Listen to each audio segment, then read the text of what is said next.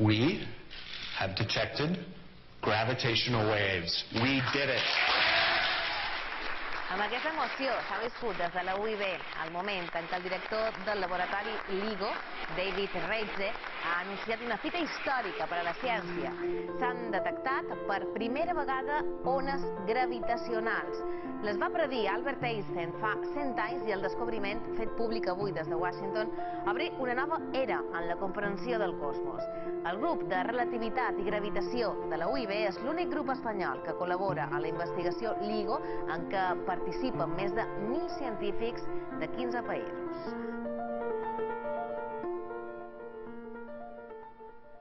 La darrera gran predicció d'Albert Einstein sobre l'univers s'acaba de confirmar. Les ones gravitacionals han estat observades per primera vegada amb els dos detectors de l'experiment LIGO instal·lats als Estats Units. L'origen d'aquestes ones és la fusió de dos forats negres fa més de 1.300 milions d'anys. Era dilluns 14 de setembre quan saltaven totes les alarmes.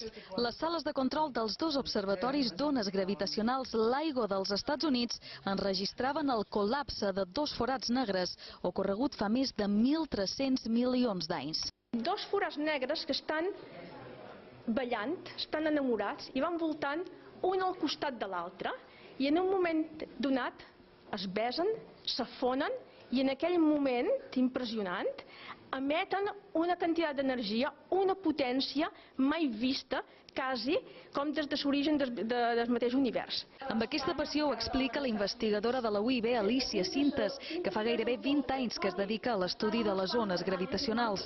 Sintes i Sasha Husa són els investigadors principals de l'únic grup de recerca espanyol que ha participat en aquesta troballa. Si fins ara l'astronomia s'havia centrat en la llum, aquestes ones són comparables al so, per la qual cosa es podrà començar a escoltar la simfonia de l'univers. Aquest és el so que va registrar el xoc entre tots dos forats negres.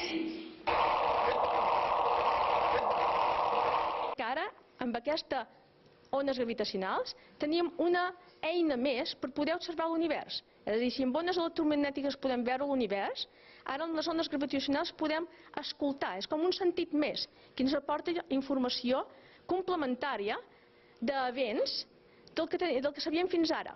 Avui queda demostrat que Einstein tenia raó perquè les ones gravitatòries existeixen, però també s'equivocava perquè ara sabem que sí que arriben a la Terra, un descobriment que, sens dubte, obre un nou camí a l'hora d'estudiar l'univers.